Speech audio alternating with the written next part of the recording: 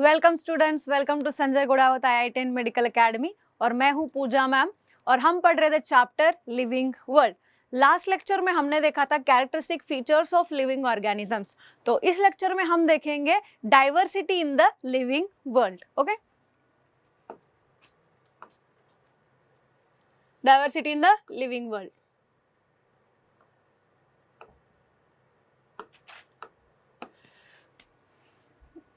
So what is diversity? The number and types of organism present on earth. This is called biodiversity.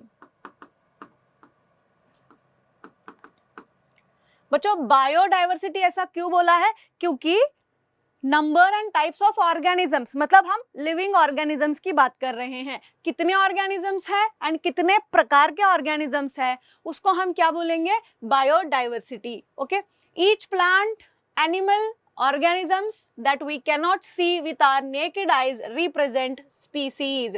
So यहाँ पर the types of organism, जिस organism की हम बात कर रहे हैं वो ऑर्गेनिज्म मतलब ही स्पीसीज है। ये स्पीसीज में क्या क्या आ सकता है? अर्थ के सारे प्लांट्स आएंगे, एनिमल्स आएंगे और ऐसे भी ऑर्गेनिजम्स आएंगे जिनको हम अपने नेकेड आई के थ्रू नहीं देख सकते। लाइक बैक्टीरिया, क्या एग्जाम्पल आ सकता है यहाँ पर? बैक्टीरिया, माइक्रोब्स बोल सकते हैं हम। These all constitute what? Species, and such types of species and number of species constitutes biodiversity. अब as area of observation increases, number and variety of organisms will increases. समझो, हम इतने एरिया में total 18,000 organisms को हमने देखा। अगर हमने एरिया इंक्रीज कर दिया तो टोटल नंबर ऑफ ऑर्गेनिजम्स 20,000 हो सकता है।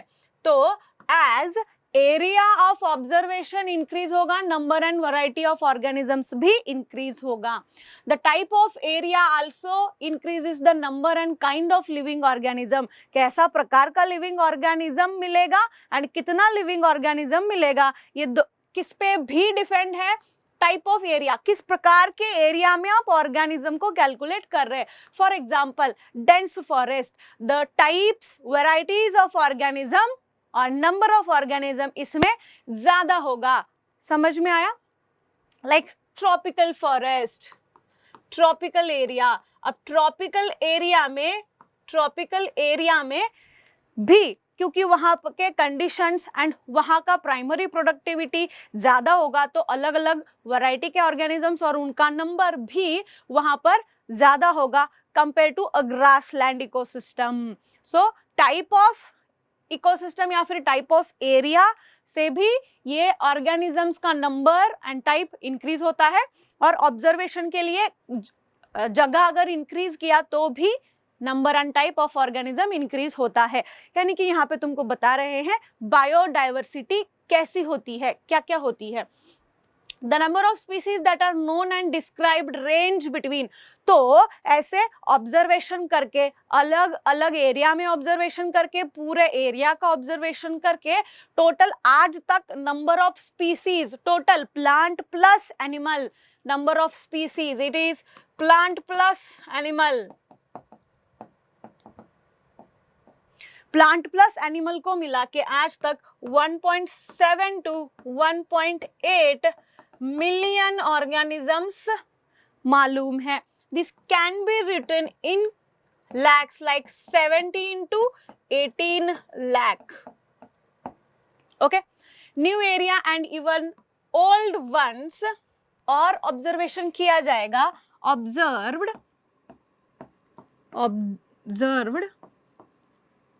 new organisms are continuously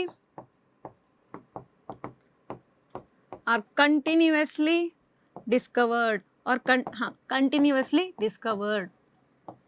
अब तक कितने डिस्कवर हुए हैं, पर न्यू एरियाज या फिर ओल्ड वन जिसमें अभी डिस्कवरी की गई है उसमें और एक, मतलब फिर ऑब्जर्वेशन के, अगर फिर ऑब्जर्वेशन किया गया तो और नए ऑर्गेनिज्म डिस्कवर हो सकते हैं। अब जो नए ऑर्गेनिजम्स डिस्कवर होते हैं उनके बारे में क्या है। देखो अभी नया ऑर्गेनिज्म डिस्कवर हुआ तो उनको वहाँ के लोकेलिटी के अनुसार, कंट्री के अनुसार, उनके लैंग्वेज के अनुसार एक पर्टिकुलर नेम दिया जाएगा, जिसको क्या बोला जाएगा बच्चों, लोकल नेम बोला जाएगा। अब लोकल नेम कैसा होगा, according to country, language and culture. But इसका एक प्रॉब्लम है कि वो एक ऑर्गेनिज्म के बहुत सारे नाम होंगे उसी कंट्री में और थ्रू आउट वर्ल्ड। उसी कंट्री में अलग अलग लैंग्वेज के अनुसार बहुत सारे नाम होंगे एंड वर्ल्ड में according to their culture, their language, उस एक ऑर्गेनिजम्स के बहुत सारे नाम होंगे। ये प्रॉब्लम है। तो इसका सोल्यूशन क्या है? अगर हमको एक ऑर्गेनिज्म को सेम नाम से ही जानना चाहिए थ्रू आउट द वर्ल्ड, तो इसका सोल्यूशन क्या है? इसका सोल्यूशन है standard naming rules. Okay, and that standard naming rules and the naming process is called nomenclature is possible when the organism is described and identified. Naming rules होने चाहिए and the naming process is called nomenclature. Nomenclature अगर करना है तो organism को describe करना और identify करना जरूरी है। इसके बाद ही हम क्या कर सकते हैं, नोमेनक्लेचर कर सकते हैं। The process of naming is nomenclature. Standard rules के अनुसार जो हर कंट्री में सेम फॉलो हो, उन रूल्स के अनुसार उस ऑर्गेनिज्म को एक नाम देना चाहिए, तो वो ऑर्गेनिज्म सेम नाम से through out the world and in single country also same नाम से ही देखा जाएगा उस ऑर्गेनिज्म को। अब ये जो नोमेनक्लेचर के रूल्स बनाए गए हैं वो प्रॉब्लम सॉल्व करने के लिए, ये रूल्स क्या है?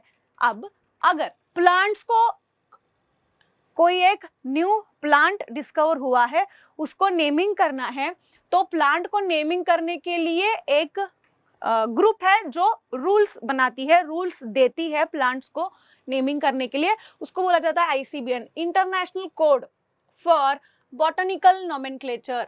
It provides what principles and criteria for naming plants. Plant को किस आधार पर नेमिंग करना चाहिए, उसके प्रिंसिपल्स। देन अगर एनिमल्स, कोई न्यू एनिमल डिस्कवर हुआ है तो उसको नेम करने के लिए एक ग्रुप है, उसको बोला जाता है ICZN, international code of zoological nomenclature.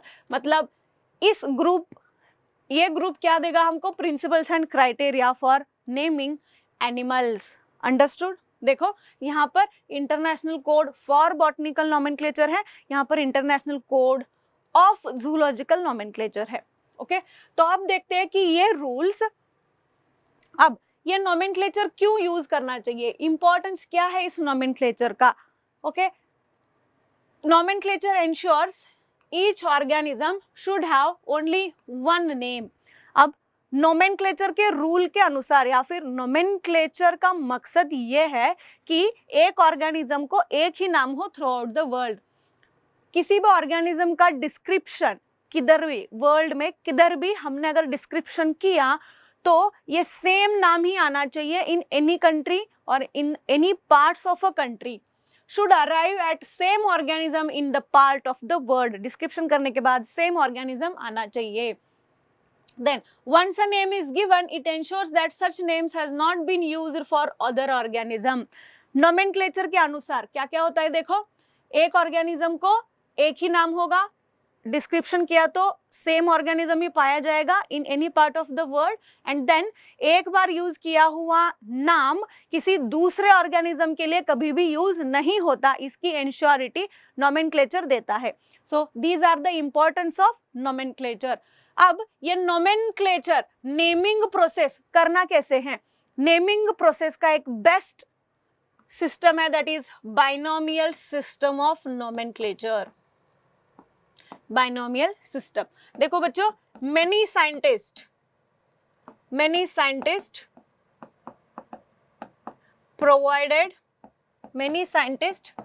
provided systems for nomenclature. Systems for nomenclature, but binomial nomenclature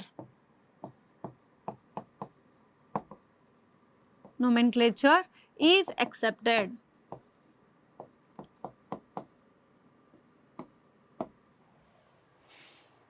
बहुत सारे scientist of the different parts of the world, उन्होंने नेमिंग के लिए कुछ रूल्स बनाए, कुछ मतलब रूल्स अपने अपने हिसाब से दिए, बट उन सब में से the accepted system for nomenclature is binomial nomenclature.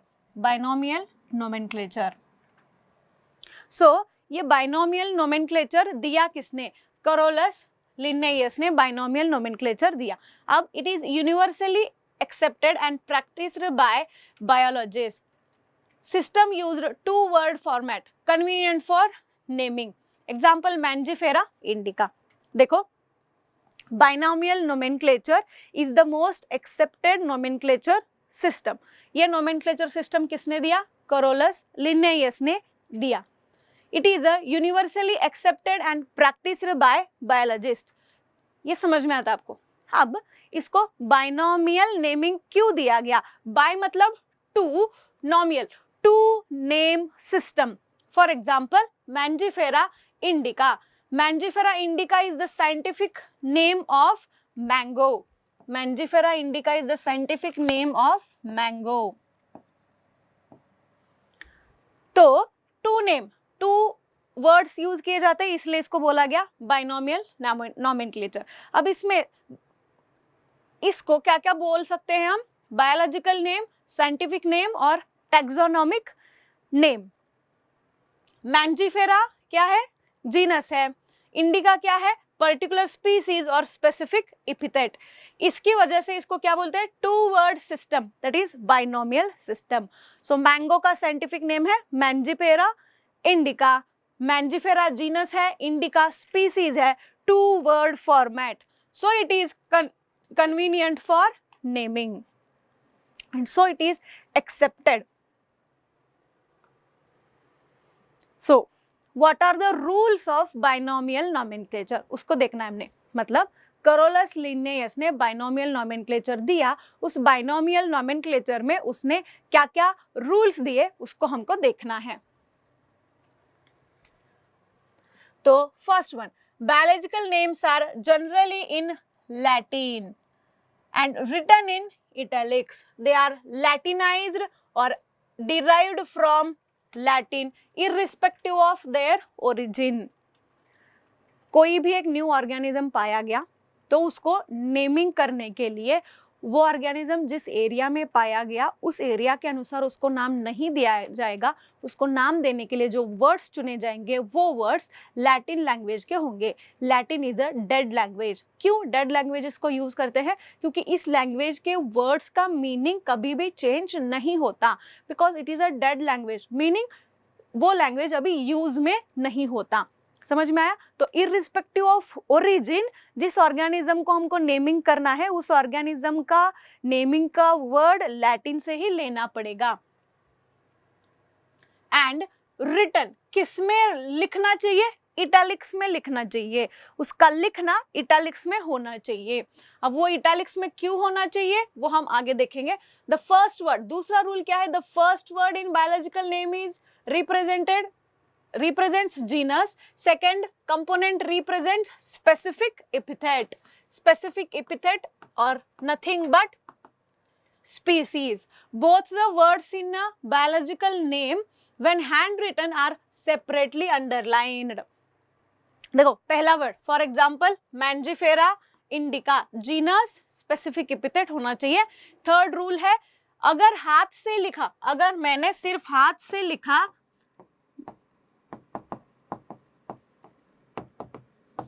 Mangifera indica और ये किस में नहीं है? इटैलिक्स में नहीं है, तो दोनों वर्ड्स को सेपरेटली अंडरलाइन करना चाहिए। ऐसे वाला अंडरलाइन नहीं होना चाहिए, सेपरेटली अंडरलाइन होना चाहिए। और प्रिंटेड है तो इटैलिक्स में। क्यों इटैलिक्स में होना चाहिए? To indicate its Latin origin.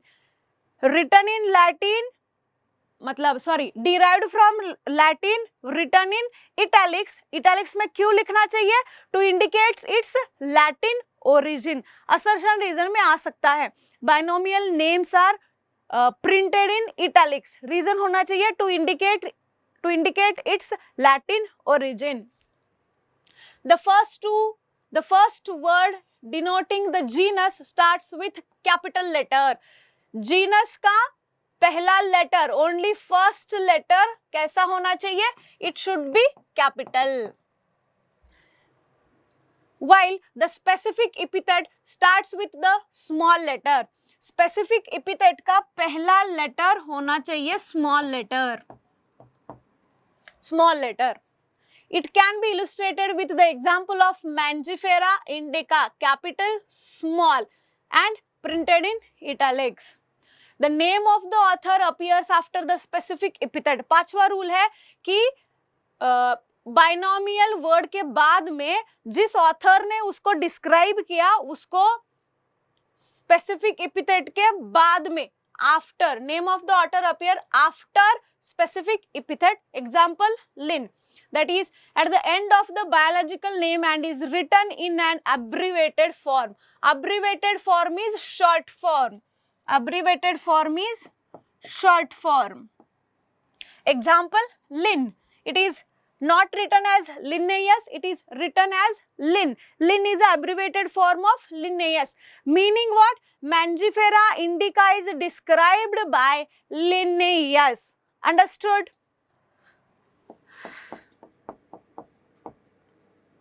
Name of author should not be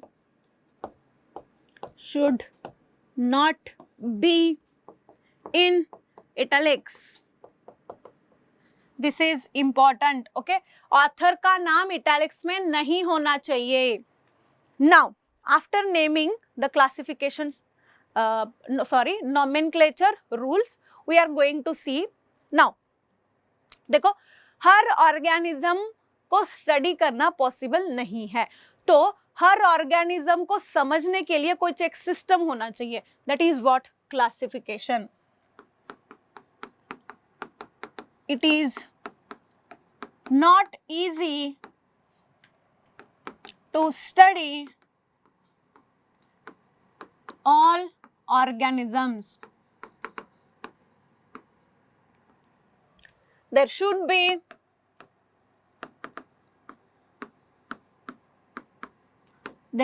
be a system which helps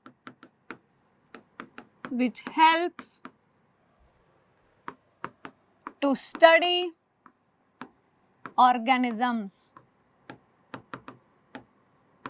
सारे ऑर्गेनिजम्स को इंडिविजुअली स्टडी करना आसान नहीं होता, तो ऑर्गेनिजम्स की स्टडी के लिए कैसा कुछ सिस्टम होना चाहिए जो स्टडी को आसान करे, और उसका आंसर है classification. So what is a classification? Process by which anything is grouped into convenient categories based on some easily observable characters. किसी भी ऑर्गेनिज्म को उसके इजीली ऑब्जर्वेबल कैरेक्टर के अनुसार हम उसको किसी एक ग्रुप में रखते हैं, तो हमको एक ऑर्गेनिज्म को देखने के बाद उस ग्रुप के सारे ऑर्गेनिजम्स के कैरेक्टरिस्टिक फीचर्स समझ में आएंगे. इंडिविजुअल ऑर्गेनिज्म को स्टडी करने की जरूरत नहीं होगी, इसीलिए क्लासिफिकेशन जरूरी है. Now what is a taxon? Taxons are convenient categories used to study different organisms. See here, classify करने के लिए टैक्सॉन्स की जरूरत है. टैक्सॉन क्या है? ऐसे कैटेगरीज है जो हमको ऑर्गेनिज्म को क्लासिफाई करने में मदद करेंगे based on observable characters. For example, see taxon is singular. Taxon is singular. Its plural form is taxa. Taxa is a plural term. We'll see the examples of taxon like dog, cat, wheat, rice. When we think of these, we assign some characters in our mind to these organisms.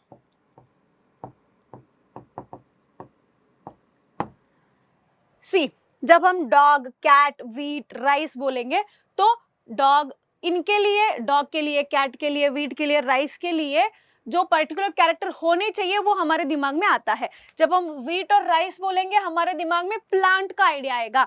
जब इनको देखेंगे हमारे दिमाग में animal का idea आएगा। क्यों? क्योंकि हमको प्लांट एनिमल्स के कैरेक्टर्स मालूम है। तो दिस इज व्हाट क्लासिफिकेशन, जो ऑब्जर्वेबल कैरेक्टर्स है उनके आधार पर उनको एक पर्टिकुलर कैटेगरी में डालना। अब किसको डॉग में डालना चाहिए, किसको कैट में डालना चाहिए, या हमको उसको देखने के बाद समझ में आता है। So this is classification and these are the categories. किसी ऑर्गेनिज्म को अगर मैं डॉग में डाल रही हूं तो dog is a category, convenient category. In scientific term, these convenient categories are called taxon. Understood? Now, these are tags at same level. Tags at same level.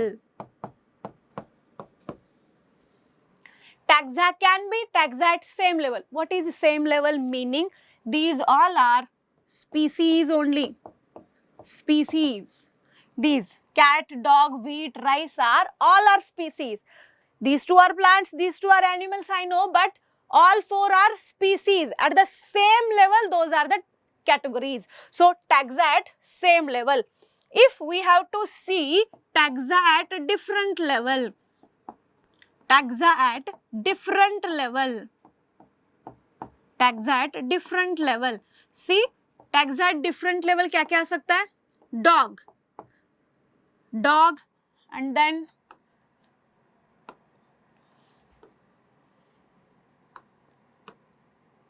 dog is a mammal and mammals are animals. But animal is a higher taxa, mammal is the higher lower taxa than animal, higher than dog, and dog is the lowermost taxa. So these are taxa, these all are categories only, taxa only, but at different level. Understood? Taxa at different level. Understood? Because this is a class, this is a kingdom, and this is a species at different levels. Okay? Taxa are those of, after hearing the term, if we are able to observe, या फिर if we are able to give some characters to such organisms, such categories are called taxa. See, NCERT में क्या दिया है हम देखेंगे. Okay, since it is nearly impossible to study all living organisms, it is necessary to devise some means to make possible the process. The solution is classification. What is classification? By which anything is grouped based on easily observable characters. For example, we easily recognize groups such as plants, animals, or dogs, cats, or insects. The moment we use any of these terms, we associate certain characters with the organism in that group. What image do you see when you think of a dog? When we think of a dog, we see the image of dog only and not cat, because we have assigned some characters to the dog. Understood? Obviously, each one of us see dogs and not cats. Yes. Now, if we were to think of Alsatians are the types of dogs. Okay, we know what we are talking about. Similarly, suppose we were to say mammals, you would of course think of animals with external ear and body hair.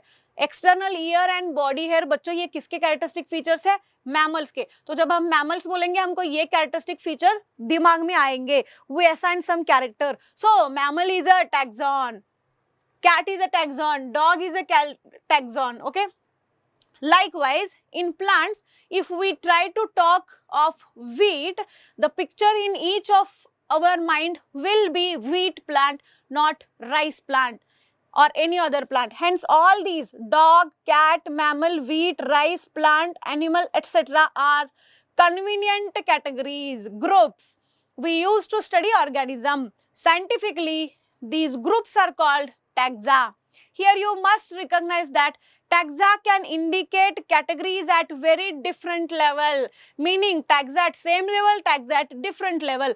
Plants also form a taxa, wheat is also a taxa, but plant and wheat are taxa at different level. Plant और wheat, मतलब wheat भी plant ही है तो same taxa आएगा नहीं, plant higher taxa, wheat lower taxa. Similarly, animals, mammals and dogs are all taxa, but you know that a dog is a mammal, mammals are animals. Therefore, animal, mammal and dog represent taxa at different level.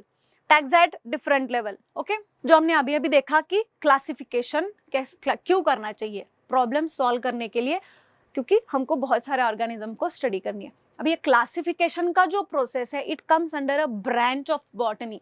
Taxonomy is a branch of biology, branch of biology, branch of biology which deals, branch of biology which deals with classification. Classification करने वाले biology के branch को क्या बोलते हैं बच्चों? Taxonomy, process of classification. अब modern taxonomy किस आधार पर है?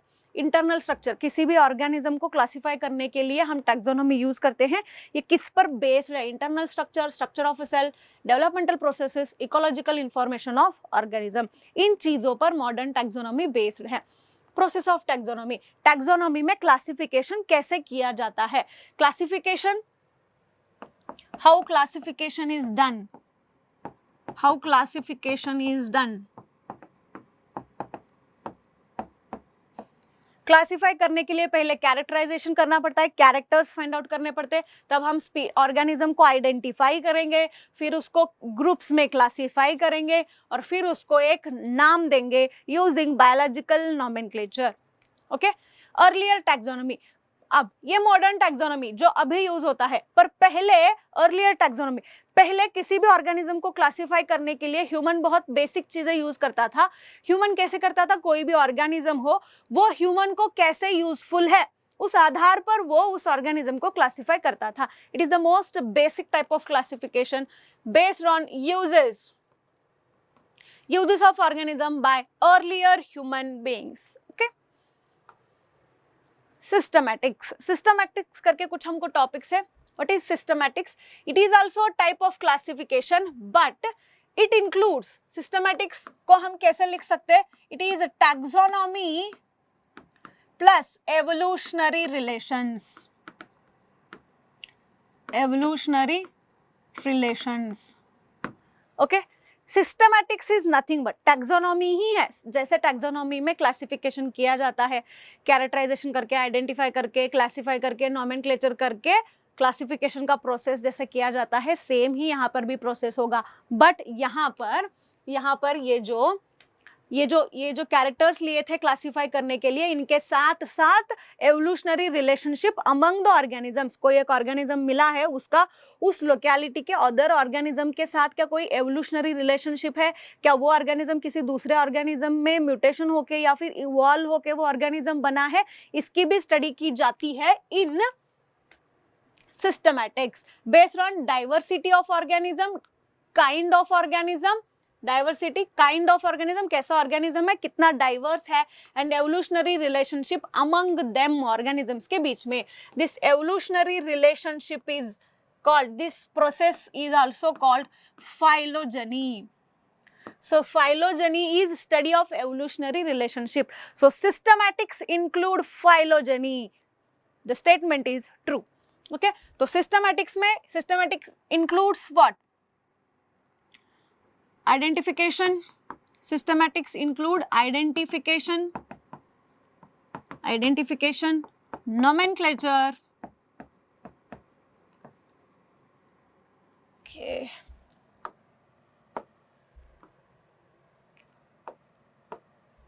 Identification, nomenclature and classification. बच्चों आपको क्या ध्यान में रखना है? मॉडर्न टैक्सोनॉमी में क्लासिफिकेशन फिर नोमेनक्लेचर था, सिस्टमैटिक्स में नोमेनक्लेचर फिर क्लासिफिकेशन है. ओके, ये चीज आपको याद ध्यान रखनी है। अब लैटिन, ये जो सिस्टमैटिक्स है is derived from Latin word systema. Systema means systematic arrangement, systematic arrangement. Systematics कहां से डिराइव, ये टर्म कहां से डिराइव किया है? लैटिन का एक शब्द है सिस्टमा, उससे डिराइव किया है, जिसका मीनिंग क्या है? सिस्टमैटिकली अरेंजमेंट करना। अब there is a term called systema नेचुरे।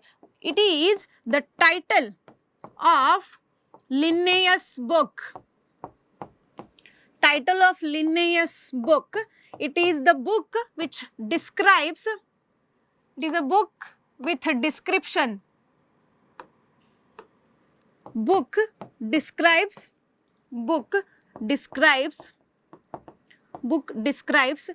different animals. तो लिनेयर्स ने एनिमल्स के डिस्क्रिप्शन के लिए एक बुक लिखा था, उस बुक का टाइटल भी उसने सिस्टमा नेचुरे रखा था। Systema, systematics. ओके, इतनी चीजें आपको ध्यान में रखनी है। Okay, so diversity in the living world हमने देखा, तो इसके ऊपर हम थोड़े सवाल देखेंगे। तो total number of species that are known and described ranges between, कितना आएगा बच्चों? 1.5, 1.6 नहीं, 1.7 to 1.8 million.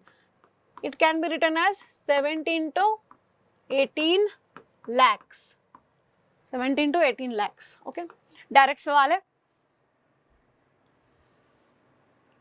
The study of the total number and types of organism present on the earth. Definition, it is a biodiversity. Okay, ये definition हमने देखा था। Next, name the scientist who introduced binomial nomenclature. It is given by Carolus Linnaeus. Linnaeus के बारे में हमने क्या क्या देखा? बाइनोमियल नोमेनक्लेचर दिया था, सिस्टमा नेचुरे उसने यूज किया था। बच्चों सारे सवाल इस टॉपिक से अगर आएंगे तो इजी ही आएंगे, डायरेक्ट ही आएंगे। Okay, ICZ stands for International Code of Zoological, International Code of Zoological Nomenclature. Answer will be third. Okay. ICBN, International Code, ये तो नहीं आएगा, international classification code of botanical, not naming, nomenclature. Nomenclature is a correct category. Naming is a process.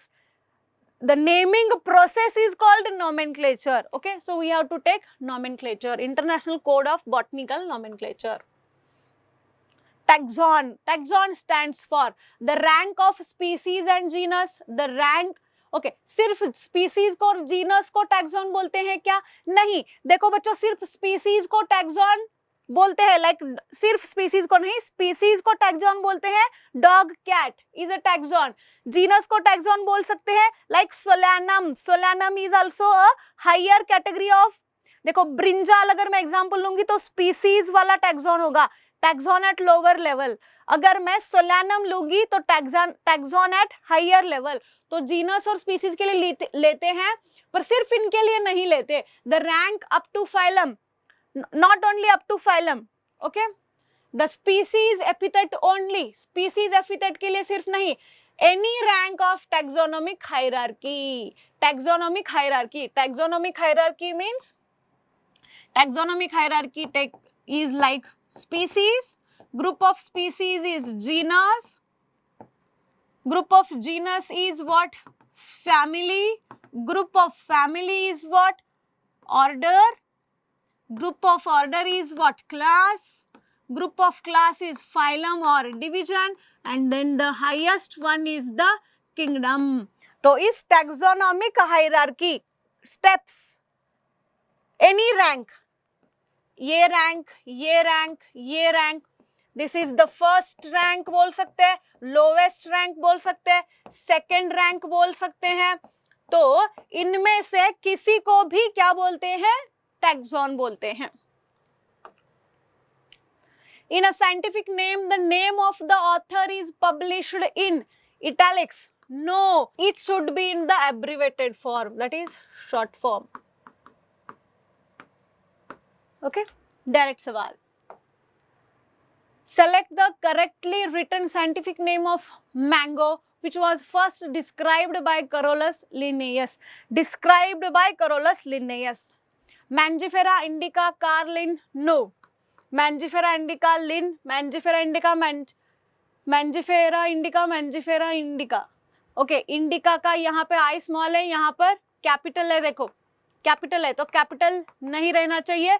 मैंजिफेरा capital, small, Linn abbreviated form, italics because it is printed, it is italics, so correct answer is second one. Okay बच्चों, thank you. हम अपने next class में देखेंगे taxonomic categories. Okay